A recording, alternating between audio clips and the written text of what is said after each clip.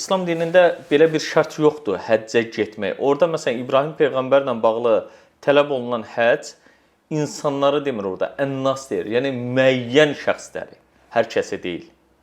Müəyyən şəxsləri dəvət eləmək. Bu da nədir? Əslində Kəbə dediyimiz anlayış daşlardan ibarət bir şeydir və inşaatçı olaraq məsələyə yaxın yanaşsanız, mühəndislik olaraq, mühəndislik harikası deyilən bir şey yoxdur orada. Sadəcə daşların üzərindən daşların yığılaraq 4 kvadrat şəklində olan bir yerdir. Nə içində bir ecazkarlıq var, nə də çölündə. Yəni bura çağırılmaq ora daşın ətrafında fırlanmaqdan ibarət deyil.